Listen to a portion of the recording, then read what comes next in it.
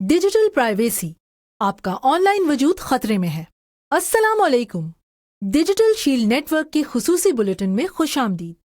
آج کی تیز رفتار ڈیجیٹل دنیا میں آپ کا ہر کلک، ہر پیغام، ہر تصویر ہیکرز، کارپوریٹس اور نگراں اداروں کی نظروں میں ہے۔ کیا آپ جانتے ہیں کہ پاکستان میں ہر منٹ 3 افراد ڈیٹا چوری کا شکار ہوتے ہیں؟ پیش خدمت ہے ایک تفصیلی رپورٹ کہ کس طرح بنے آپ اپنے ڈیجیٹل وجود کے محافظ۔ خطرہ نمبر 1، موبائل فون آپ کا پورٹیبل جاسوس۔ یہ آپ کا فون نہیں، ایک ٹریکنگ ڈیوائس ہے۔ پاکستان میں 92% صارفین کو علم نہیں کہ ان کی لوکیشن ہسٹری 24 گھنٹے ریکارڈ ہو رہی ہے۔ جانیے اس سے کیسے بچا جا سکتا ہے۔ پرائیویسی چیک اپ، سیٹنگز پر جائیں، پرائیویسی میں جائیں، پرمیشن مینیجر میں جا کر غیر ضروری رسائی بند کریں۔ جی پی ایس بند رکھیں، صرف ضرورت کے وقت آن کریں۔ جعلی ایپ سے بچاؤ، صرف گوگل پلے اسٹور یا ایپل اسٹور سے ایپس ڈاؤن لوڈ کریں۔ حیران کن بات یہ ہے کہ آپ کی موبائل گیلری کی تصاویر میٹا ڈیٹا کے ذریعے آپ کا پورا ڈیجیٹل نقشہ پیش کرتی ہیں۔ تصاویر اپلوڈ کرنے سے پہلے ایگزف ڈیٹا ریموور ایپ ضرور استعمال کریں۔ خطرہ نمبر 2، پبلک وائی فائی مفت کا مہنگا ٹرپ۔ لاہور کے فری وائی فائی زونز آپ کے ڈیٹا کی شکارگاہ بن چکے ہیں۔ ہیکرز صرف 5 منٹ میں آپ کی بینک تفصیلات چرا سکتے ہیں۔ احتیاطی تدابیر کچھ اس طرح ہیں۔ وی پی این کا استعمال، نارڈ وی پی این یا ایکسپریس وی پی این جیسی معتبر services. HTTPS extension, Chrome per HTTPS every where install کریں۔ آٹو کنیکٹ بند کریں۔ سیٹنگز پر جا کر وائی فائی میں ایڈوانس میں جا کر آٹو کنیکٹ بند کریں۔ گزشتہ ماہ صرف لاہور میں 78 افراد پبلک وائی فائی کے ذریعے بلیک میل ہوئے۔ یاد رکھیں، کبھی بھی پبلک نیٹ ورکس پر بینکنگ نہ کریں۔ خطرہ نمبر 3، سوشل میڈیا آپ کا ذاتی ڈیٹا مارکیٹ۔ کیا آپ جانتے ہیں کہ فیس بک 98 اقسام کی ڈیٹا پوائنٹس جمع کرتا ہے؟ پاکستانی صارفین سب سے زیادہ ذاتی معلومات لیک کرتے ہیں۔ بچاؤ کے لیے حفاظتی اقدامات اپنائیں۔ پرائیویسی سیٹنگز، فیس بک، سیٹنگز پر جائیں، پرائیویسی میں جائیں اور لمٹ پاس پوسٹ سیلیکٹ کریں۔ انسٹاگرام، سیٹنگز پر جائیں، پرائیویسی میں جائیں، ٹیگنگ کنٹرول، ریویو ٹیگز کو فعال کریں۔ جعلی اکاؤنٹس کی پہچان، گوگل ریورس امیج سرچ کا استعمال کریں۔ ڈیجیٹل رائٹس ایکٹیوسٹ عائزہ رحمان، 2023 میں پاکستانی خواتین کے 12,000 اکاؤنٹس ہیک ہوئے۔ 2 مرحلہ توثیق کی یعنی 2 فیکٹر آتھینٹیکیشن لازمی فعال کریں۔ یاد رکھیں، میرا کون کا جواب کبھی بھی آن لائن نہ دیں۔ خطرہ نمبر 4، ایپس اور ایگریمنٹس چھپے ہوئے شیطانی معاہدے۔ جب آپ آئی ایگری کلک کرتے ہیں تو آپ اپنی تصاویر، کانٹیکٹس اور مائک تک رسائی دے دیتے ہیں۔ پاکستان میں 95% صارفین ایپ پرمیشن ہدایات نہیں پڑھتے۔ اس سے بچاؤ کے لیے یہ حل اپنائیں۔ پرمیشنز مینجمنٹ، اینڈرائیڈ، سیٹنگز پر جا کر، ایپس میں جا کر ایپ پرمیشنز میں جائیں۔ آئی فون، سیٹنگز میں جا کر پرائیویسی میں جائیں۔ فالتو ایپس حذف کریں، خصوصاً وہ جو 6 ماہ سے استعمال نہ ہوئی ہوں۔ ڈیفالٹ براؤزر بدلیں، کروم یا فائر فاکس کی جگہ ڈک ڈک گو یا بریو استعمال کریں۔ مشہور گیم ایپس آپ کے مائک کو 24 گھنٹے آن رکھ سکتی ہیں۔ اپنے فون پر پرمیشن ہسٹری ہفتے میں ایک بار ضرور چیک کریں۔ خطرہ نمبر 5، اسمارٹ ہوم ڈیوائسز، گھر میں گھسا ہوا جاسوس۔ لاہور کے ایک گھرانے کا اسمارٹ ٹی وی ہیک ہوا تو ہیکرز نے 6 ماہ تک ان کی گفتگو سنی۔ حفاظتی تدابیر، ڈیفالٹ پاس ورڈ بدلیں، ایڈمن یا 123456 ہرگز نہ رکھیں۔ نیٹ ورک الگ کریں، گیسٹ نیٹ ورک پر IoT ڈیوائسز چلائیں۔ معاونین کا کنٹرول، الیکسا یا گوگل اسسٹنٹ پر ڈیلیٹ مائی ایکٹیویٹی ہر ہفتے کریں۔ پاکستان میں 67% اسمارٹ ڈیوائسز غیر محفوظ ہیں۔ اپنے راؤٹر پر 3WPA انکرپشن لازمی فعال کریں۔ خطرہ نمبر 6، ڈیپ فیکس اور بائیو میٹرکس، نئی جنگیں۔ کراچی کی ایک خاتون کو ڈیپ فیک ویڈیو بنا کر بلیک میل کیا گیا۔ پاکستان بائیو میٹرک ڈیٹا چوری میں دنیا میں 5ویں نمبر پر ہے۔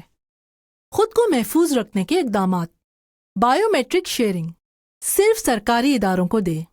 واٹر مارک، اہم دستاویزات پر ڈیجیٹل واٹر مارک لگائیں۔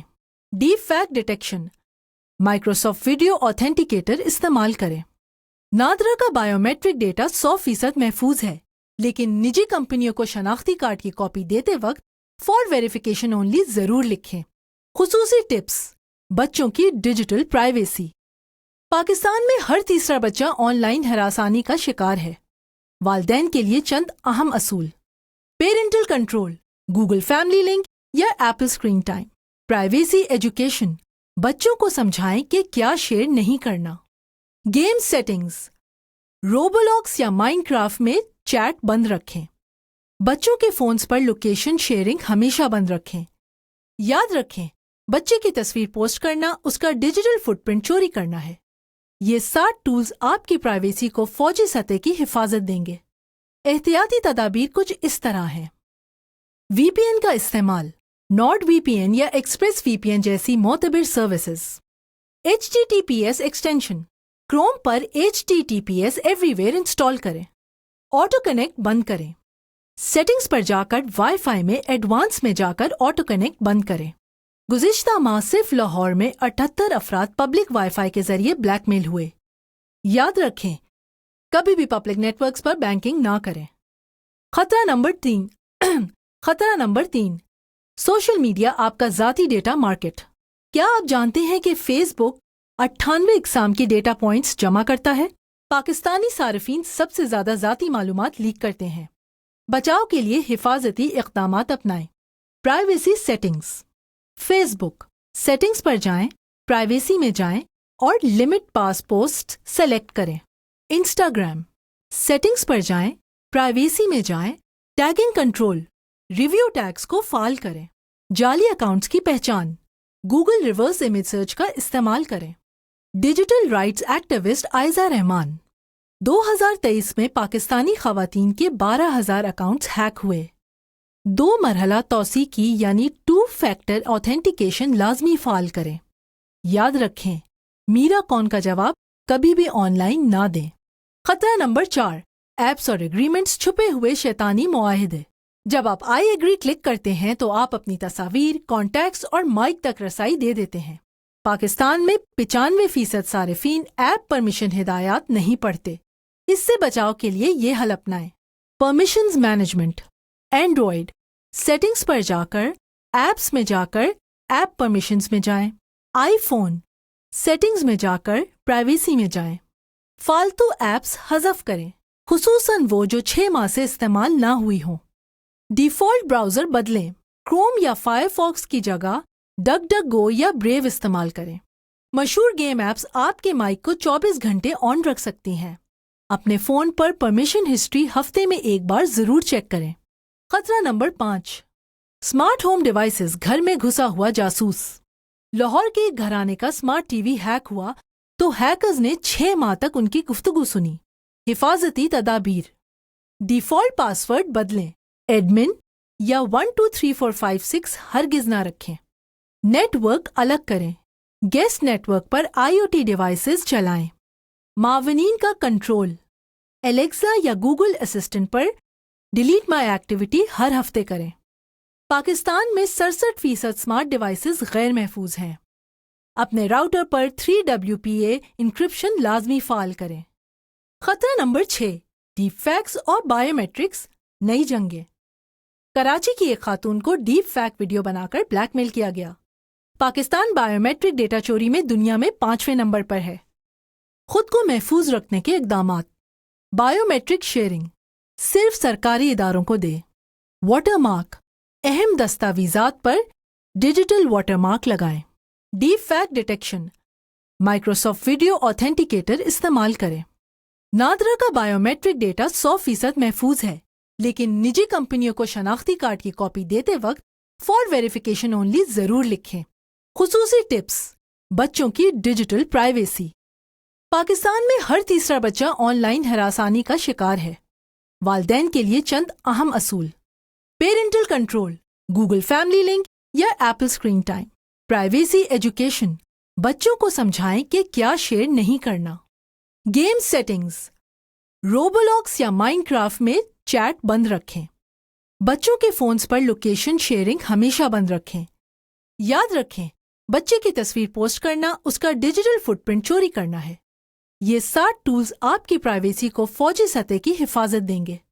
پاسورڈ مینیجر، بٹ وارڈن مفت یا password 1، end to end encryption, Signal, messages, Proton Mail, e mail, privacy browsers, Brave یا Firefox focus, V P N, Mullvad V P N, data cleans, C cleaner, anti virus, Malwarebytes, dark web monitoring. Have I been pwned? ہفتے میں 30 minute privacy audit ضرور کریں۔ مفت report کے لیے 8486 پر privacy type کر کے SMS کریں۔ آپ کا حق، آپ کی ذمہ داری۔ یاد رکھیں دوستوں، ڈیجیٹل پرائیویسی صرف ٹیکنالوجی نہیں بلکہ آپ کا بنیادی انسانی حق ہے۔ پاکستان میں پرائیویسی ایکٹ 2023 کے تحت آپ اپنا ڈیٹا ڈیلیٹ کروا سکتے ہیں۔ جب بھی کوئی ایپ آپ کا ڈیٹا مانگے تو پوچھیں، تم مجھے کیا دو گے بدلے میں؟ آپ کے ڈیجیٹل وجود کی حفاظت آپ کے ہاتھ میں ہے۔ السلام علیکم، خوش آمدید آج کے خصوصی پروگرام میں، جہاں ہم بات کریں گے امریکہ کے ساتھ پاکستانی تجارت میں نئے امکانات، تیل کی برآمدات، تازہ ترین تجارتی معاہدوں اور ان کے پاکستانی معیشت پر اثرات کی۔ کیا یہ نیا باب پاکستان کے لیے اقتصادی استحکام کی نوید ہے یا صرف ایک نیا امتحان؟ گزشتہ چند ماہ میں پاکستان اور امریکہ کے درمیان تعلقات میں ایک نئی حرارت دیکھی گئی ہے، خصوصاً معاشی میدان میں۔ تیل کی درآمدات، توانائی کے شعبے میں تعاون اور دو طرفہ تجارتی معاہدوں نے دونوں ممالک کے بیچ اقتصادی روابط کو ایک نئی سمت دی ہے۔ امریکہ، جو دنیا کا ایک بڑا تیل برآمد کرنے والا ملک بن چکا ہے، اب پاکستان جیسے ترقی پذیر ممالک کے لیے توانائی کے شعبے میں شراکت دار بنتا جا رہا ہے۔ حالیہ معاہدوں کے مطابق امریکہ پاکستان کو ریفائنڈ پیٹرولیم مصنوعات، LNG اور قابل تجدید توانائی ٹیکنالوجی فراہم کرے گا۔ پاکستان کو توانائی بحران سے نکالنے میں یہ اقدام انتہائی مددگار ثابت ہو سکتا ہے۔ لوڈ شیڈنگ میں کمی، صنعتی پیداوار میں اضافہ اور عوامی سہولت میں بہتری متوقع ہے۔ امریکہ کی کمپنیز، خاص طور پر شیل، ایکزون موبل اور شنیئر، پاکستانی مارکیٹ میں سرمایہ کاری کی دلچسپی ظاہر کر رہی ہیں۔ پاکستان اور امریکہ کے درمیان تازہ ترین تجارتی مذاکرات میں ٹیرف میں کمی، کسٹم سہولتیں اور برآمداتی اشیاء کی فہرست میں توسیع جیسے اہم نکات زیر بحث آئے۔ پاکستانی ٹیکسٹائل، زراعت، لیدر اور IT مصنوعات کو امریکہ میں رسائی زیادہ آسان بنائی جائے گی۔ ٹیرف میں نرمی سے برآمدات میں ممکنہ اضافہ 15 سے 20% تک متوقع ہے۔ اس معاہدے کے تحت پاکستانی کمپنیوں کو امریکی سرمایہ کاری اور جوائنٹ وینچر کا موقع بھی میسر آئے گا۔ پاکستان کی معیشت اس وقت مہنگائی، مالی خسارے، زر مبادلہ کے ذخائر میں کمی اور بے روزگاری جیسے مسائل کا شکار ہے۔ امریکہ کے ساتھ بڑھتا ہوا تجارتی تعلق ان مسائل پر کس حد تک اثر انداز ہو سکتا ہے؟ توانائی کی درآمد میں نرمی سے صنعتی لاگت میں کمی ہو سکتی ہے۔ برآمدات میں اضافہ زر مبادلہ کے ذخائر کو مستحکم کر سکتا ہے۔ ٹیکنالوجی منتقلی سے مقامی صنعت کو جدید بنانے میں مدد ملے گی۔ یہ شراکت داری صرف تیل اور تجارت تک محدود نہیں۔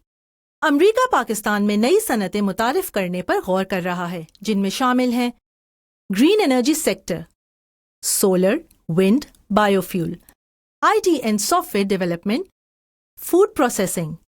یہ صنعتیں پاکستان میں ہزاروں نئی ملازمتوں کا ذریعہ بن سکتی ہیں، خاص طور پر تعلیم یافتہ نوجوانوں کے لیے۔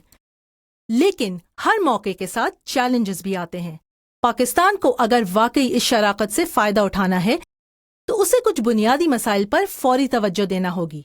کرپشن، بیوروکریسی اور ٹیکس سسٹم کی پیچیدگیاں، توانائی کے انفراسٹرکچر میں بہتری، قانونی اور عدالتی نظام کی سست روی، ڈالر کے مقابلے میں روپے کی غیر یقینی صورتحال۔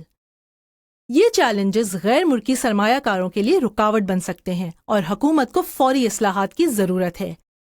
ماہرین کے مطابق امریکہ کا یہ معاشی تعاون صرف تجارت تک محدود نہیں بلکہ ایک بڑی اسٹریٹجک حکمت عملی کا حصہ بھی ہے۔ چین کے بیلٹ اینڈ روڈ منصوبے کے مقابلے میں جنوبی ایشیا میں اپنا اثر و رسوخ بڑھانا، بھارت کی اجارہ داری کو متوازن بنانا، افغانستان کی صورتحال میں پاکستان کی اہمیت کو پیش نظر رکھنا، پاکستان کو توانائی بحران سے نکالنے میں یہ اقدام انتہائی مددگار ثابت ہو سکتا ہے۔ لوڈ شیڈنگ میں کمی، صنعتی پیداوار میں اضافہ اور عوامی سہولت میں بہتری متوقع ہے۔ امریکہ کی کمپنیز خاص طور پر شیل، ایگزون موبل اور شنیئر پاکستانی مارکیٹ میں سرمایہ کاری کی دلچسپی ظاہر کر رہی ہیں۔ پاکستان اور امریکہ کے درمیان تازہ ترین تجارتی مذاکرات میں ٹیرف میں کمی، کسٹم سہولتیں اور برآمداتی اشیاء کی فہرست میں توسیع جیسے اہم نکات زیر بحث آئے۔ پاکستانی ٹیکسٹائل، زراعت، لیدر اور آئی ٹی مصنوعات کو امریکہ میں رسائی زیادہ آسان بنائی جائے گی۔ ٹیرف میں نرمی سے برآمدات میں ممکنہ اضافہ 15 سے 20% تک متوقع ہے۔ اس معاہدے کے تحت پاکستانی کمپنیوں کو امریکی سرمایہ کاری اور جوائنٹ وینچر کا موقع بھی میسر آئے گا۔ پاکستان کی معیشت اس وقت مہنگائی، مالی خسارے، زر مبادلہ کے ذخائر میں کمی اور بے روزگاری جیسے مسائل کا شکار ہے۔ امریکہ کے ساتھ بڑھتا ہوا تجارتی تعلق ان مسائل پر کس حد تک اثر انداز ہو سکتا ہے؟ توانائی کی درآمد میں نرمی سے صنعتی لاگت میں کمی ہو سکتی ہے۔ برآمدات میں اضافہ زر مبادلہ کے ذخائر کو مستحکم کر سکتا ہے۔ ٹیکنالوجی منتقلی سے مقامی صنعت کو جدید بنانے میں مدد ملے گی۔ یہ شراکت داری صرف تیل اور تجارت تک محدود نہیں۔ امریکہ پاکستان میں نئی صنعتیں متعارف کرنے پر غور کر رہا ہے، جن میں شامل ہیں green energy sector, solar, wind, biofuel, I T and software development, food processing. یہ صنعتیں پاکستان میں ہزاروں نئی ملازمتوں کا ذریعہ بن سکتی ہیں، خاص طور پر تعلیم یافتہ نوجوانوں کے لیے۔ لیکن ہر موقع کے ساتھ چیلنجز بھی آتے ہیں۔ پاکستان کو اگر واقعی اس شراکت سے فائدہ اٹھانا ہے تو اسے کچھ بنیادی مسائل پر فوری توجہ دینا ہوگی۔ کرپشن، بیوروکریسی اور ٹیکس سسٹم کی پیچیدگیاں، توانائی کے انفراسٹرکچر میں بہتری، قانونی اور عدالتی نظام کی سست روی، ڈالر کے مقابلے میں روپے کی غیر یقینی صورتحال۔ یہ چیلنجز غیر ملکی سرمایہ کاروں کے لیے رکاوٹ بن سکتے ہیں اور حکومت کو فوری اصلاحات کی ضرورت ہے۔ ماہرین کے مطابق امریکہ کا یہ معاشی تعاون صرف تجارت تک محدود نہیں بلکہ ایک بڑی اسٹریٹجک حکمت عملی کا حصہ بھی ہے۔ چین کے بیلٹ اینڈ روڈ منصوبے کے مقابلے میں جنوبی ایشیا میں اپنا اثر و رسوخ بڑھانا، بھارت کی اجارہ داری کو متوازن بنانا، افغانستان کی صورتحال میں پاکستان کی اہمیت کو پیش نظر رکھنا، یہ تمام پہلو اس تعاون کو محض کاروبار کا معاملہ نہیں بلکہ علاقائی سیاست کا اہم ستون بناتے ہیں۔ اس معاہدے پر پاکستانی سیاسی حلقوں اور عوامی سطح پر مختلف رد عمل دیکھنے کو ملے۔ حکومت نے اسے پاکستان کی کامیاب معاشی سفارتکاری قرار دیا۔ حزب اختلاف نے سوال اٹھایا کہ کیا یہ معاہدے شفاف تھے؟ عوام کی رائے ملی جلی ہے۔ کچھ اسے خوشائن سمجھتے ہیں، کچھ مہنگائی میں کمی کے فوری ثمرات دیکھنا چاہتے ہیں۔ یہ بات طے ہے کہ امریکہ کے ساتھ بڑھتا ہوا معاشی تعاون پاکستان کے لیے ایک بڑا موقع ہے، لیکن یہ موقع صرف اسی صورت میں فائدہ مند بن سکتا ہے جب ہم بروقت اصلاحات کریں، پالیسیوں میں تسلسل رکھیں اور عالمی معیشت میں اپنی ساکھ بہتر بنائیں۔ وقت آ گیا ہے کہ پاکستان ماضی کے تجربات سے سیکھے اور اس نئی معاشی سفر کو کامیابی کی طرف لے کر جائے۔ اس کے ساتھ ہی میں اجازت چاہتی ہوں۔ اپنا خیال رکھیے گا۔ اگلی خبر کے ساتھ پھر حاضر ہوں گی۔ خدا حافظ۔ صحت کے شعبے کا بحران، ادویات کی قلت اور مہنگائی۔ آج کی خصوصی رپورٹ میں ہم پاکستان میں صحت کے شعبے کو درپیش سنگین بحران پر گفتگو کریں گے۔ سرکاری اسپتالوں کی ابتر حالت، ڈاکٹرز کی مسلسل ہڑتالیں، ادویات کی قلت اور مہنگائی جیسے مسائل لاکھوں پاکستانیوں کی صحت کو خطرے میں ڈال رہے ہیں۔ سب سے پہلے سرکاری اسپتالوں کی صورتحال پر ایک نظر۔ بیشتر سرکاری اسپتالوں میں بجلی، پانی اور صفائی کا نظام بری طرح متاثر ہے۔ کراچی کے اسپتالوں میں شدید گرمی اور لوڈ شیڈنگ کے باعث مریضوں کو 40 ڈگری سینٹی گریڈ سے زائد درجہ حرارت میں علاج کرانا پڑ رہا ہے۔ ایک ہی بستر پر 2 مریضوں کے لیٹنے سے انفیکشن کے کیسز میں 30% اضافہ دیکھنے میں آیا ہے۔ سندھ کے اسپتالوں میں ICU کے بستروں کی شدید قلت ہے، جس کے باعث 3 بچوں سمیت کئی مریضوں کی حالت تشویشناک ہے۔ جناح ہسپتال کے ڈاکٹر عرفان کہتے ہیں، ہمارے پاس وسائل نہیں ہیں کہ ہر مریض کو الگ بستر مہیا کر سکیں۔ انفیکشن کنٹرول محض ایک نعرہ بن چکا ہے۔ ڈاکٹرز تنخواہوں میں اضافے، محفوظ کام کے ماحول اور بنیادی سہولیات کی فراہمی کے مطالبات پر ہڑتال پر ہیں۔ لاہور اور اسلام آباد کے بڑے ہسپتالوں میں OPDs بند ہیں، جن کے باعث ہزاروں مریض علاج سے محروم ہیں۔ گزشتہ 6 ماہ میں ڈاکٹرز کی 12 ہڑتالیں ہوئیں، جن سے 2 لاکھ سے زائد مریض متاثر ہوئے۔ نجی اسپتالوں میں علاج کی لاگت میں 25% تک اضافہ ہو چکا ہے۔ معمولی سرجری جیسے اپینڈکس نکالنے کے اخراجات 1.5 لاکھ روپے تک پہنچ گئے ہیں۔ نجی اسپتال ادویات کی قلت کا سامنا کر رہے ہیں، لیکن سرکاری اسپتالوں کے مقابلے میں انہیں ترجیحی بنیادوں پر ادویات فراہم کی جا رہی ہیں۔ وجہ؟ فارما کمپنیاں منافع کے پیش نظر نجی شعبے کو ترجیح دیتی ہیں۔ فارما انڈسٹری کے نمائندے کا کہنا ہے کہ سرکاری ہسپتال ادویات کی قیمتیں بر وقت ادا نہیں کرتے، اس لیے ہماری ترجیح نجی ہسپتال ہوتے ہیں۔ جون 2025 میں پاکستان کی دواسازی برآمدات 34% بڑھ کر $457 ملین تک پہنچ گئیں، لیکن مقامی مارکیٹ میں ادویات کی دستیابی مزید کم ہو گئی ہے۔ افغانستان، فلپین اور عراق کو بڑھتی ہوئی برآمدات کے باعث ملکی ضروریات نظر انداز ہو رہی ہیں۔ اعداد و شمار: دل، شوگر اور بلڈ پریشر کی ادویات کی قلت سب سے زیادہ ہے۔ 50% اسپتال ان ادویات کی فراہمی سے متاثر ہیں۔ ہفتہ وار مہنگائی کی شرح میں اضافہ ریکارڈ کیا گیا ہے۔ سب سے زیادہ مہنگائی تازہ دودھ، خشک دودھ اور ٹماٹر میں دیکھی گئی۔ مریضوں کے لیے متوازن خوراک خریدنا دن بدن مشکل ہوتا جا رہا ہے۔ 17,732 روپے ماہانہ آمدن رکھنے والے گھرانوں پر مہنگائی کا بوجھ 317.34 پوائنٹس۔ 44,175 روپے سے زائد آمدن والے گھرانوں کے لیے یہ شرح 328.92 پوائنٹس ہے۔ وفاقی ملازمین کی تنخواہوں میں 10% اضافہ اور ڈسپنسری الاؤنس کا اعلان تو کیا گیا، لیکن اسپتالوں کے لیے مختص بجٹ میں کوئی خاطر خواہ اضافہ نہیں کیا گیا۔ ترجمان وزارت صحت کا کہنا ہے کہ ہم ادویات کی درآمد کے لیے نئی پالیسیاں تیار کر رہے ہیں، لیکن ان پر عمل درآمد میں کچھ وقت لگے گا۔ صحت کا بحران صرف وسائل کی کمی کا نتیجہ نہیں بلکہ ترجیحات کے غلط تعین کا بھی شاخسانہ ہے۔ جب تک سرکاری ہسپتالوں کو جدید سہولیات، ڈاکٹرز کو تحفظ اور عوام کو سستی ادویات مہیا نہیں کی جاتی، یہ بحران مزید گہرا ہوتا جائے گا۔ حکومت کو چاہیے کہ فوری طور پر اسپتالوں سے بنیادی ڈھانچے کے لیے ہنگامی فنڈز جاری کیے جائیں، فارما کمپنیوں کو مقامی ضروریات پوری کرنے کا پابند بنایا جائے، ڈاکٹرز کے جائز مطالبات پر سنجیدگی سے غور کیا جائے۔ عالمی فارماسیوٹیکلز مارکیٹ 2030 تک $1.5 ٹریلین تک پہنچنے کا امکان ہے۔ پاکستان اس موقع سے فائدہ اٹھا سکتا ہے، بشرطیہ صحت کے شعبے کو قومی ترجیح بنایا جائے۔ اداکارہ کی موت، ایک رپورٹ۔ آج ہم آپ کو 2 معروف پاکستانی اداکاراؤں کی المناک واقعے کی مکمل اور مستند خبر پیش کریں گے۔ اداکارہ حمیرہ اصغر اور عائشہ خان، ابتدا سے لے کر تفتیش کے موجودہ مراحل تک۔ اکتوبر 1983 کو لاہور میں پیدا ہونے والی حمیرہ نے ماڈلنگ 2014 میں شروع کی، بعد میں تھیٹر، ڈرامے، فلموں تک کا سفر جیسے جلیبی 2015 اور تماشا گھر 2022۔ حمیرہ اصغر کے انسٹاگرام پر لاکھوں فالوورز تھے۔ آخری انسٹاگرام پوسٹ 30 ستمبر 2024 اور آخری فون کال تقریباً 8 اکتوبر 2024 تک ہوئیں۔ بعد میں وہ پراسرار طور پر لاپتہ رہیں۔ فلیٹ میں پولیس انٹری سے ان کی لاش انتہائی خراب حالت میں ملی۔ جناح پوسٹ گریجویٹ میڈیکل سینٹر میں پوسٹ مارٹم ہوا۔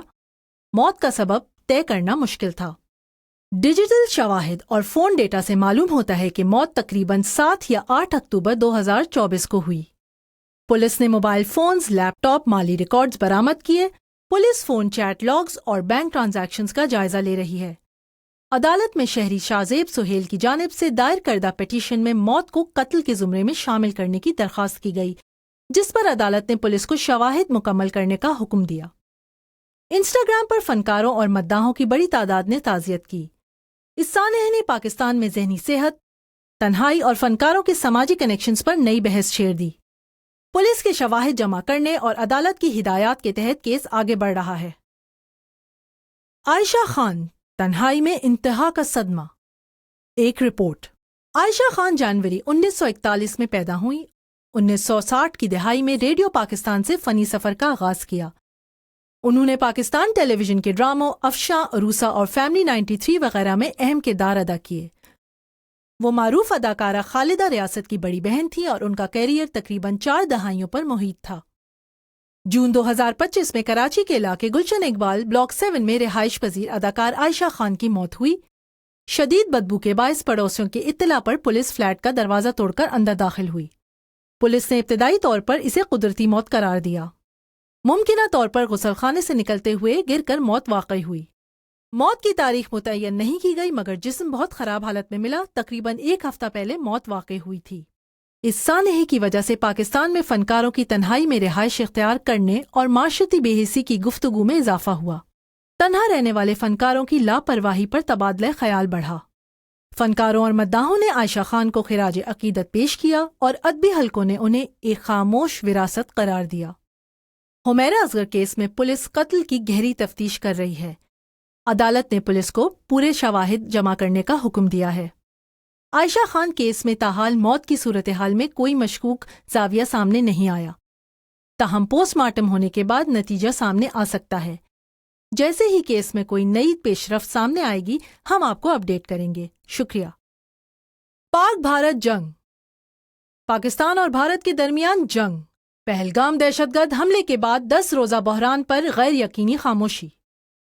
اس کشیدگی کی جڑ 22 اپریل 2025 کا وہ دہشت گردانہ حملہ ہے جس میں پہلگام، کشمیر میں 26 سیاح ہلاک ہوئے، جسے ہندوستان نے تحریک مزاحمت فرنٹ کو پاکستان نواز دہشت گرد تنظیم قرار دیا۔ اس واقعے کے بعد بھارت نے پاکستان پر دہشت گردی میں مبینہ معاونت کا الزام لگایا۔ پاکستان نے ان الزامات کو سختی سے مسترد کیا۔ یہ معلومات ایک دیرینہ دشمنی کی بنیاد بن گئیں، جس کا آغاز تقسیم ہند 1947 سے ہوا اور کشمیر کا تنازع ہمیشہ اس کی بنیاد رہا ہے۔ 24 اپریل سے LOC پر چھوٹے پیمانے کی جھڑپیں شروع ہوئیں، جن میں دونوں ممالک کے فوجی اہلکار اور سویلین ہلاک ہوئے۔ 7 مئی کو بھارت نے آپریشن سندور کے نام سے پاکستان کے سرکاری دعوے کے مطابق دہشت گرد ٹھکانوں پر اسی روز میزائل حملے کیے۔ بھارت کا دعویٰ تھا کہ یہ حملے جیش محمد اور لشکر طیبہ کے ٹھکانوں پر کیے گئے۔ تاہم پاکستانی حکام نے کہا کہ یہ حملے شہری علاقوں، مساجد اور دیہی علاقوں میں ہوئے، جن میں 31 بے گناہ شہری ہلاک اور سینکڑوں گھر تباہ ہوئے۔ پاکستان کی فوج نے بھارت کی کئی لڑاکا جہاز مار گرائے۔ اس دوران شدید گولہ باری سے 16 شہری ہلاک، 43 زخمی ہوئے، 31 اسکول تباہ ہوئے اور ایک سکھ عبادت گاہ بھی تباہ ہوئی جسے شدید فوجی اسٹرائیک قرار دیا گیا۔ 5 دن بعد یعنی 10 مئی 2025 کو بھارت اور پاکستان نے امریکہ کے ثالثی کردار اور دباؤ کے نتیجے میں باضابطانہ جنگ بندی کا اعلان کیا۔ کچھ عالمی رہنماؤں جیسے وزیر خارجہ مارکو روبیو اور نائب صدر JD وینس نے مختلف فریقین کو مشاورت کے ذریعے حل تلاش کرنے کی کال کی۔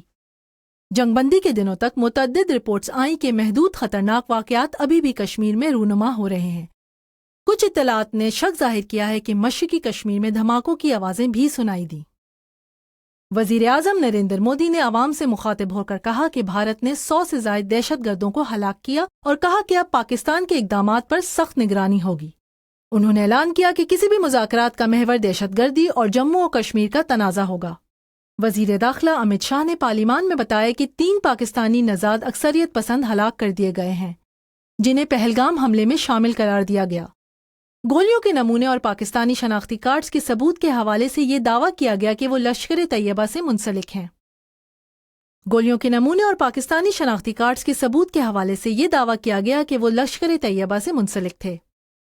وزیر دفاع خواجہ آصف نے کہا کہ پاکستان کا دہشت گردی میں ملوث ہونے کا الزام بے بنیاد ہے اور ان واقعات کو انقلاب کی تحریک قرار دیا۔ وزیر اعظم شہباز شریف نے فوجی حوصلہ افزائی کی اور قوم کو امن اور استحکام کی یقین دہانی کروائی، جبکہ دعویٰ کیا کہ پاکستان نے دشمن کے حملوں کا مؤثر دفاع کیا۔ پاکستانی فوج نے کہا کہ بھارت نے پاکستان کا شہر ہدف بنایا، جس کے جواب میں بھرپور دفاع کیا گیا اور یوم تشکر منایا جائے گا۔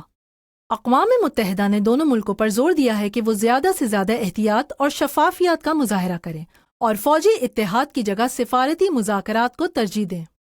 ایران نے ثالثی پیشکش کی اور امن مذاکرات کا پل بڑھانے کی خواہش ظاہر کی۔ روسی حکومت نے مسلمانوں کے لیے ٹریول وارننگ جاری کی اور اس تنازع کی شدت بڑھنے پر تشویش کا اظہار کیا۔ اقوام متحدہ نے اس جنگ بندی کو ایک اہم اقدام قرار دیا اور دنیا سے مطالبہ کیا کہ کشیدگی کو پائیدار امن کی جانب لے جایا جائے۔ ماہرین کا کہنا ہے کہ یہ معرکہ بھارت اور پاکستان کے درمیان سب سے زیادہ سنگین تھا۔ 1971 کے بعد پہلی مرتبہ ایک جنگ زدہ کشیدگی دیکھی گئی۔ پاکستان میں اکثری قیادت اور عوام میں قومی جوش و خروش کی نئی لہر پیدا ہوئی۔ عوام نے فوج کو اپنی حاکمیت کا محافظ تصور کرنا شروع کر دیا۔ سیاسی مبصرین کہتے ہیں کہ یہ فوجی موقف کی مضبوطی اور سیاسی اداروں پر فوج کے اثر و رسوخ میں اضافے کا سبب بن سکتا ہے۔ دونوں ممالک نے دفاعی بجٹ میں اضافہ کیا۔ پاکستان نے 2025-2026 بجٹ میں دفاعی اخراجات میں 20% اضافہ کیا، جبکہ بھارت نے خود اس اسنا میں تقریباً 9.5% اضافہ کیا۔ پاکستان کی فوج نے بھارت کی کئی لڑاکا جہاز مار گرائے۔ اس دوران شدید گولہ باری سے 16 شہری ہلاک، 43 زخمی ہوئے، 31 اسکول تباہ ہوئے اور ایک سکھ عبادت گاہ بھی تباہ ہوئی جسے شدید فوجی اسٹرائیک قرار دیا گیا۔ 5 دن بعد یعنی 10 مئی 2025 کو بھارت اور پاکستان نے امریکہ کے ثالثی کردار اور دباؤ کے نتیجے میں باضابطانہ جنگ بندی کا اعلان کیا۔ کچھ عالمی رہنماؤں جیسے وزیر خارجہ مارکو روبیو اور نائب صدر جے ڈی وینس نے مختلف فریقین کو مشاورت کے ذریعے حل تلاش کرنے کی کال کی۔ جنگ بندی کے دنوں تک متعدد رپورٹس آئیں کہ محدود خطرناک واقعات ابھی بھی کشمیر میں رونما ہو رہے ہیں۔ کچھ اطلاعات نے شک ظاہر کیا ہے کہ مشرقی کشمیر میں دھماکوں کی آوازیں بھی سنائی دیں۔ وزیر اعظم نریندر مودی نے عوام سے مخاطب ہو کر کہا کہ بھارت نے 100 سے زائد دہشت گردوں کو ہلاک کیا اور کہا کہ اب پاکستان کے اقدامات پر سخت نگرانی ہوگی۔ انہوں نے اعلان کیا کہ کسی بھی مذاکرات کا محور دہشت گردی اور جموں و کشمیر کا تنازع ہوگا۔ وزیر داخلہ امت شاہ نے پارلیمان میں بتایا کہ 3 پاکستانی نژاد اکثریت پسند ہلاک کر دیے گئے ہیں، جنہیں پہلگام حملے میں شامل قرار دیا گیا۔ گولیوں کے نمونے اور پاکستانی شناختی کارڈز کے ثبوت کے حوالے سے یہ دعویٰ کیا گیا کہ وہ لشکر طیبہ سے منسلک ہیں۔ گولیوں کے نمونے اور پاکستانی شناختی کارڈز کے ثبوت کے حوالے سے یہ دعویٰ کیا گیا کہ وہ لشکر طیبہ سے منسلک تھے۔ وزیر دفاع خواجہ آصف نے کہا کہ پاکستان کا دہشت گردی میں ملوث ہونے کا الزام بے بنیاد ہے اور ان واقعات کو انقلاب کی تحریک قرار دیا۔ وزیر اعظم شہباز شریف نے فوجی حوصلہ افزائی کی اور قوم کو امن اور استحکام کی یقین دہانی کروائی، جبکہ دعویٰ کیا کہ پاکستان نے دشمن کے حملوں کا مؤثر دفاع کیا۔ پاکستانی فوج نے کہا کہ بھارت نے پاکستان کا شہر ہدف بنایا، جس کے جواب میں بھرپور دفاع کیا گیا اور یوم تشکر منایا جائے گا۔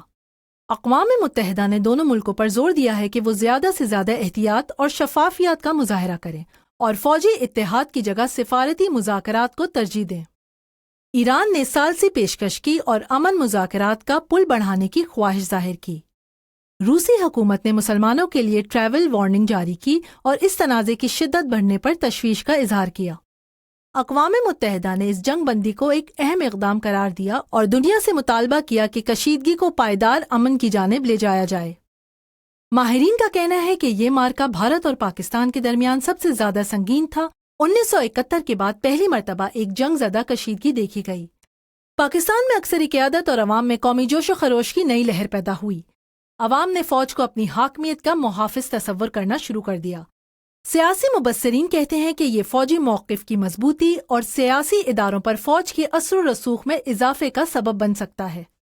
دونوں ممالک نے دفاعی بجٹ میں اضافہ کیا۔ پاکستان نے 2025-2026 بجٹ میں دفاعی اخراجات میں 20% اضافہ کیا، جبکہ بھارت نے خود اس اسنا میں تقریباً 9.5% اضافہ کیا۔ پاکستان میں حزب اختلاف کا کہنا ہے کہ حکومتی فیصلے جیسے دہشت گردی کے الزام اور فوجی نقطۂ نظر نے داخلی سیاست کو محدود کیا ہے اور سیاسی آزادی پر دباؤ بڑھایا ہے۔ بھارت میں سیاسی قائدین نے بیان دیا ہے کہ صرف فوجی رابطوں سے کشیدگی کو ختم نہیں کیا جا سکتا، کشمیر جیسے بنیادی معاملات پر مکمل طور پر ٹھوس سیاسی حل تلاش کرنا ہوگا۔ علاقائی کھیلوں جیسے ایشیا کپ میں پاکستان اور بھارت ٹیموں کی شمولیت کو بھارت میں شدید تنقید کا نشانہ بنایا گیا۔ کچھ رہنماؤں نے کہا ہے کہ صرف میدان جنگ میں ہی تعاون ممکن ہے۔ علاقائی سیکیورٹی کے تجزیہ کاروں کا خیال ہے کہ حالی جنگ بندی کے باوجود سلامتی ڈھانچے میں بڑے پیمانے پر عوامی اور عسکری تجدید ہو سکتی ہے۔ پاکستان ممکنہ طور پر چینی اور ترکی کے ذرائع سے UAVs اور جدید دفاعی ساز و سامان خریدے گا۔ امریکی صدر ڈونلڈ ٹرمپ اور وزیر خارجہ مارکو روبیو نے تعلقات کو مشاورت کے ذریعے بہتر بنانے کی کوششیں کی۔ حالانکہ بھارت نے ان ثالثی کوششوں پر تنقید کی کہ معاملہ دو طرفہ ہی رہنا چاہیے۔ فوجی تصادم تو روک لیا گیا، مگر 2 ایٹمی قوتوں کا عدم استحکام قائم ہے۔ کشمیر جیسے دیرینہ مسئلے کا حل ابھی باقی ہے۔ یہ تھی آپ کے سامنے پاکستان اور بھارت کے حالیہ جنگی اور سیاسی صورتحال کی مکمل نیوز۔ روشنی سے اندھیرے تک پاکستانی فلم انڈسٹری کی کہانی۔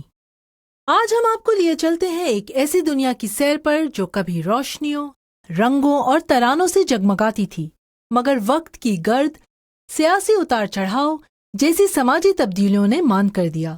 یہ کہانی ہے پاکستان فلم انڈسٹری کی، جسے لالی ووڈ کہا جاتا تھا۔ پاکستان کے قیام کے بعد 1948 کی پہلی فلم تیری یاد نے فلمی صنعت کی بنیاد رکھی۔ یہ لاہور میں بنی اور اسی شہر نے آگے چل کر لالی ووڈ کا لقب پایا۔ 1950 کی دہائی میں پاکستانی سنیما نے آہستہ آہستہ اپنی شناخت بنانی شروع کی۔ نظر، نور جہاں، سبیہ خانم اور سنتوش کمار جیسے فنکاروں نے نہ صرف اداکاری بلکہ فن کی بنیاد میں نئی روح پھونکی۔ 1960 اور 70 کی دہائیاں پاکستان فلم انڈسٹری کے سنہرے دور کے طور پر جانی جاتی ہیں۔ اس دور میں ایسے شاہکار بنے جنہیں آج بھی کلاسک کا درجہ حاصل ہے، مثلاً ارمان، دو بدن، ہیرا اور پتھر، آئینہ اور انجمن۔ وحید مراد، زیبا، محمد علی، شبنم، ندیم اور بابرہ شریف جیسے ستارے عوام کے دلوں پر راج کرنے لگے۔ موسیقی کی دنیا میں رابن گھوش، نثار بزمی، خلیل احمد اور ایم اشرف جیسے کمپوزرز نے سماعتوں کو مسحور کیا۔ گلوکار مہدی حسن، نور جہاں، احمد رشدی، ناہید اختر اور مسعود رانا نے فلمی موسیقی کو امر کر دیا۔ اسی دور میں Pakistan film development corporation PFDC جیسے ادارے قائم ہوئے جن کا مقصد فلم میکنگ کو منظم اور فروغ دینا تھا۔ فلم سینسر بورڈ نے ایک فعال کردار ادا کیا، اگرچہ اس کے کچھ فیصلے بعد میں متنازع بنے۔ 1977 میں جنرل ضیاء الحق کے مارشل لاء کے بعد فلمی صنعت پر مذہبی، نظریاتی اور سینسر کی سختیاں مسلط ہو گئیں۔ ثقافت کو محدود کرنے کی پالیسیوں نے فنون لطیفہ کو شدید متاثر کیا اور کہانیوں میں گہرائی کی کمی نے فلم بینوں کو بدظن کر دیا۔ یہی وہ وقت تھا جب بھارتی فلموں کی VCRs پر خفیہ نمائش نے مقامی فلموں کو سخت دھچکا پہنچایا۔ لوگ گھروں میں بیٹھ کر امیتابھ بچن، دلیپ کمار اور سری دیوی کو دیکھتے جبکہ سینما گھر ویران ہوتے گئے۔ 1980 کی دہائی کے اواخر اور 90 کی دہائی میں جب فلم انڈسٹری نے بقا کی جنگ لڑی تو فلم سازوں نے سستی کامیابی کے لیے تشدد، فحاشی اور جھوٹے رومانس کا سہارا لینا شروع کیا۔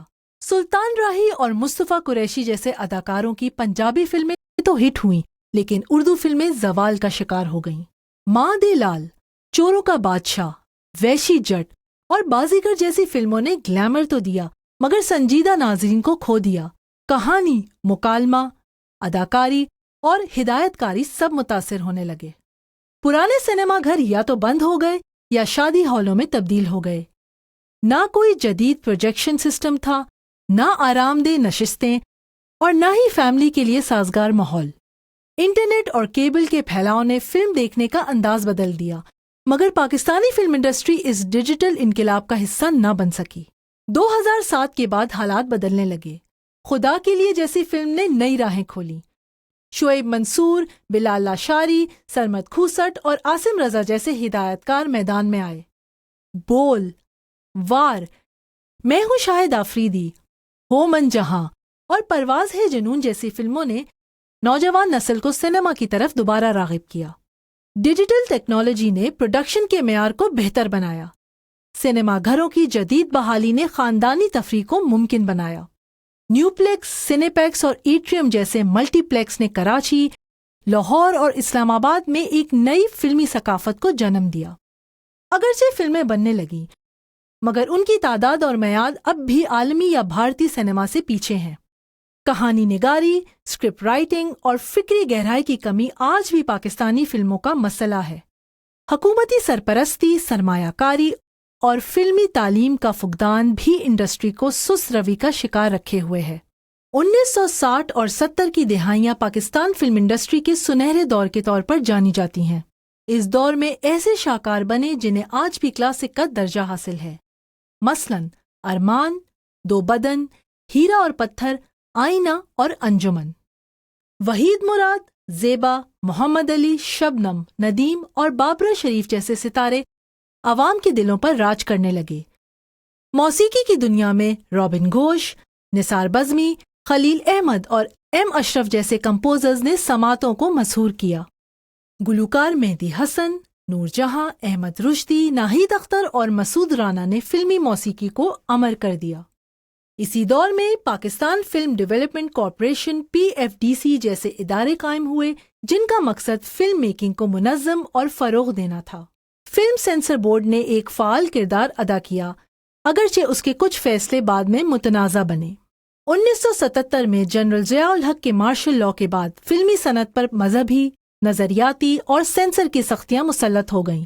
ثقافت کو محدود کرنے کی پالیسیوں نے فنون لطیفہ کو شدید متاثر کیا اور کہانیوں میں گہرائی کی کمی نے فلم بینوں کو بدظن کر دیا۔ یہی وہ وقت تھا جب بھارتی فلموں کی VCRs پر خفیہ نمائش نے مقامی فلموں کو سخت دھچکا پہنچایا۔ لوگ گھروں میں بیٹھ کر امیتابھ بچن، دلیپ کمار اور سری دیوی کو دیکھتے، جبکہ سینما گھر ویران ہوتے گئے۔ 1980 کی دہائی کے اواخر اور 90 کی دہائی میں جب فلم انڈسٹری نے بقا کی جنگ لڑی تو فلم سازوں نے سستی کامیابی کے لیے تشدد، فحاشی اور جھوٹے رومانس کا سہارا لینا شروع کیا۔ سلطان راہی اور مصطفیٰ قریشی جیسے اداکاروں کی پنجابی فلمیں تو ہٹ ہوئیں، لیکن اردو فلمیں زوال کا شکار ہو گئیں۔ ماں دے لال، چوروں کا بادشاہ، ویشی جٹ اور بازیگر جیسی فلموں نے گلیمر تو دیا مگر سنجیدہ ناظرین کو کھو دیا۔ کہانی، مکالمہ، اداکاری اور ہدایت کاری سب متاثر ہونے لگے۔ پرانے سینما گھر یا تو بند ہو گئے یا شادی ہالوں میں تبدیل ہو گئے۔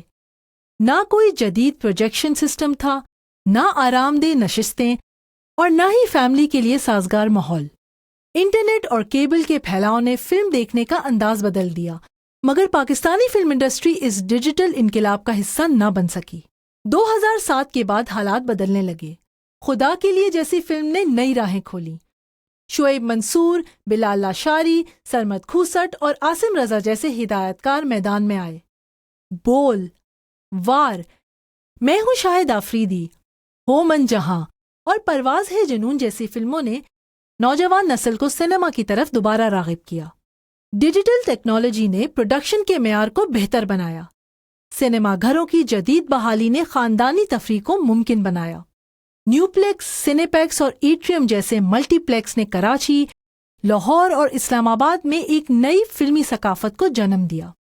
اگرچہ فلمیں بننے لگیں، مگر ان کی تعداد اور میعاد اب بھی عالمی یا بھارتی سینما سے پیچھے ہیں۔ کہانی نگاری، اسکرپٹ رائٹنگ اور فکری گہرائی کی کمی آج بھی پاکستانی فلموں کا مسئلہ ہے۔ حکومتی سرپرستی، سرمایہ کاری اور فلمی تعلیم کا فقدان بھی انڈسٹری کو سست روی کا شکار رکھے ہوئے ہے۔ اس کے علاوہ کچھ مخصوص حلقوں کی طرف سے سینما پر مذہبی اور سماجی دباؤ نے کئی فلموں کی نمائش روکی، جیسے کہ زندگی تماشا۔ ایسے تنازعات نے اظہار رائے کی آزادی پر سوالات کھڑے کیے۔ 2020 میں عالمی وبا نے نہ صرف عالمی سینما کو بلکہ پاکستانی فلم انڈسٹری کو بھی شدید نقصان پہنچایا۔ درجنوں فلمیں ریلیز نہ ہو سکیں، سینما گھر بند ہو گئے اور پروڈکشنز معطل ہو گئیں۔ کئی نئے فلم ساز اور پروڈیوسرز بد دل ہو کر میدان چھوڑ گئے۔ آج کا نیا دور OTT پلیٹ فارمز کا ہے۔ نیٹ فلکس، اردو فلکس، تماشا اور دیگر ڈیجیٹل پلیٹ فارمز پر پاکستانی فلم سازوں کو نئی جگہ ملی ہے۔ جوائے لینڈ، کامل، چڑیلز اور قسمت جیسے پروجیکٹس نے عالمی سطح پر پذیرائی حاصل کی۔ نوجوان فلم سازوں، خواتین ڈائریکٹرز اور نئے لکھاریوں کی آمد نے ایک نئی امید جگائی ہے، مگر ابھی بہت کچھ کرنا باقی ہے۔ فلمی تعلیمی اداروں کو فعال بنانا، سینما گھروں کو جدید بنانا، کہانی اور اسکرپٹ رائٹنگ پر توجہ دینا اور سرکاری سطح پر فلم فنڈ اور سبسڈی فراہم کرنا، یہ تمام اقدامات ضروری ہیں۔ ساتھ ہی فلمی صنعت میں خواتین، اقلیتوں اور نئی نسل کو مناسب نمائندگی دینا وقت کی ضرورت ہے۔ پاکستانی فلم انڈسٹری ایک ایسی کتاب کی مانند ہے جس کے کچھ صفحات روشن، کچھ دھندلے اور کچھ سیاہ ہیں، لیکن اگر ہم چاہیں تو اس کہانی کو نیا موڑ دیا جا سکتا ہے۔ ضرورت ہے ویژن، ایمانداری اور تخلیقی عزم کی۔ آپ دیکھ رہے تھے روشنی سے اندھیرے تک، پاکستان فلم انڈسٹری کی ایک داستان، ایک تجزیہ، ایک حقیقت۔ پاکستان کی سیاسی صورتحال۔ السلام علیکم، خوش آمدید۔ آج کی نشریات میں ہم پاکستان کی موجودہ سیاسی صورتحال، اسمبلی کارروائیوں اور اہم بیانات کا جامع جائزہ پیش کریں گے۔ پاکستان کی آبادی میں شرح نمو جنوبی ایشیا میں سب سے زیادہ یعنی 2.4% ہو چکی ہے، جہاں ہر خاتون اوسطاً 3 سے زائد بچوں کو جنم دے رہی ہے۔ ماہرین کے مطابق اس کی بنیادی وجہ ناقص منصوبہ بندی، غیر مؤثر پالیسیاں اور سیاسی عزم کا فقدان ہے۔ وفاقی وزیر صحت سید مصطفیٰ کمال کا کہنا ہے کہ موجودہ نظام مکمل طور پر ناکام ہو چکا ہے۔ صرف 25% خواتین مانع حمل سہولیات تک رسائی رکھتی ہیں، جبکہ 17% خواہش کے باوجود ان سے محروم ہیں۔ سابق چیئرپرسن NCSW نیلوفر بختیار کے مطابق آبادی کا مسئلہ کبھی بھی حکومتی ترجیحات کا حصہ نہیں رہا۔ وسائل کی منتقلی اور احتساب کے فقدان نے صورتحال کو تشویشناک بنا دیا ہے۔ اسمبلی نے 4 نئے یونیورسٹی بلز منظور کیے، جن میں eigen university, Asian university for research اور گجرانوالہ یونیورسٹی آف ٹیکنالوجی شامل ہیں۔ ان کا مقصد تعلیمی انفراسٹرکچر بہتر بنانا ہے۔ ضلع منڈی بہاؤالدین 20 لاکھ آبادی کے باوجود میڈیکل کالج کے فقدان پر تشویش۔ اسمبلی نے سرکاری میڈیکل کالج قائم کرنے کا مطالبہ کیا۔ ضلع ساہیوال ہڑپا قصبے کو تحصیل ہیڈ کوارٹر کا درجہ دینے کی قرارداد منظور۔ ادبی خراج پنجابی شاعر تجمل کلیم کے نام پر اسکول منسوب کرنے کی سفارش۔ مزدور حقوق کم از کم اجرت خلاف ورزیوں کے خلاف فوری قانونی کارروائی کا مطالبہ۔ وزیر خارجہ اسحاق ڈار نے واضح کیا ہے کہ بھارت کی جانب سے پانی بند کرنے یا اس کے رخ موڑنے کی کوشش کو اعلان جنگ تصور کیا جائے گا۔ دونوں ممالک کے درمیان سیز فائر جاری ہے، لیکن متضاد بیانات کے سبب پاکستان الرٹ ہے۔ جنیوا میں اقوام متحدہ کی کانفرنس میں پاکستانی سفیر بلال احمد نے خبردار کیا کہ بھارت کا نیو نارمل رویہ، جس کے تحت وہ کشمیر میں حملوں کی ذمہ داری پاکستان پر عائد کرتا ہے، خطے کے امن کے لیے سنگین خطرہ ہے۔ اسحاق ڈار نے دو ٹوک انداز میں کہا، پاکستان کا اسرائیل کو تسلیم کرنے کا کوئی منصوبہ نہیں ہے۔ انہوں نے غزہ میں انسانی حقوق کے خلاف ورزیوں کی مذمت کرتے ہوئے فوری جنگ بندی کا مطالبہ کیا۔ بلاول بھٹو نے امریکہ کے دورے کے دوران دہشت گردی کے خلاف پاکستان کے اقدامات کو سچ پر مبنی قرار دیا۔ ان کا کہنا تھا کہ امریکہ FATF کے عمل میں پاکستان کے اقدامات سے مطمئن ہے۔ پاکستان ان 60 ممالک میں شامل ہے جہاں سیاسی حقوق اور شہری آزادیوں میں گزشتہ سال کمی آئی۔ ملک کا سکور 100 میں سے صرف 32 رہا، جس کی بنیادی وجہ 2024 انتخابات میں دھاندلی، فوج کی مداخلت اور اقلیتوں کے خلاف تشدد بتایا گیا۔ ذرائع کے مطابق فوج میڈیا کو ڈرانے اور طاقت کے غیر قانونی استعمال میں جواب دہی سے بری ذمہ رہی۔ بلاول بھٹو نے زور دیا کہ پاکستان دہشت گردی کے خلاف مؤثر اقدامات کر رہا ہے۔ انہوں نے امریکی کانگریس رکن بریٹ شرمین کے شکیل آفریدی سے متعلق ٹویٹس کو غیر حقیقی قرار دیا۔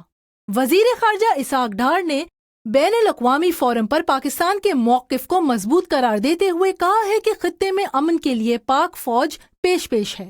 آبادی میں غیر معمولی اضافہ، شہری آزادیوں کی پامالی اور بھارت کے ساتھ کشیدہ تعلقات سب سے بڑے مسائل ہیں۔ پنجاب اسمبلی کی تعلیمی اور ترقیاتی منصوبوں پر توجہ مرکوز رہی ہے، لیکن آبادی کے بحران پر فوری توجہ نہ ہونا تشویشناک ہے۔ یہ تھی ہماری آج کی رپورٹ۔ دوبارہ حاضر ہوں گی ایک نئی خبر کے ساتھ۔ شکریہ۔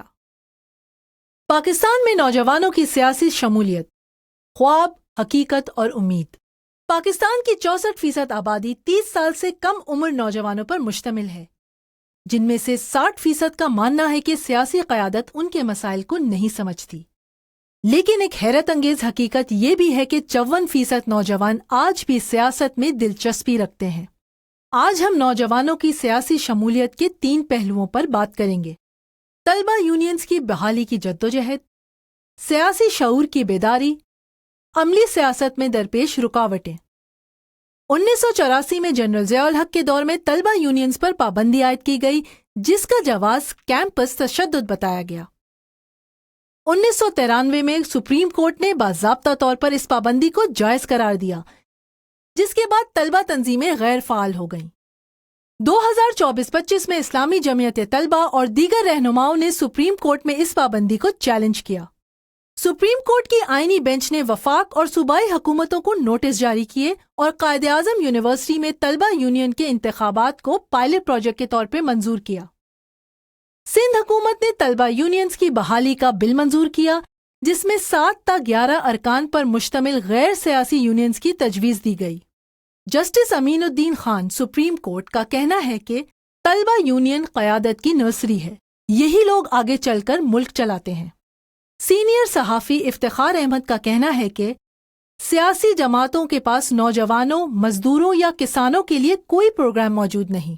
سیاسی شعور سے مراد سیاست کے بنیادی اصولوں کی سمجھ بوجھ ہے، نہ کہ صرف جذباتی نعروں پر عمل۔ اس میں ریاستی اداروں، جمہوری اقتدار اور شہری حقوق کی معرفت شامل ہوتی ہے۔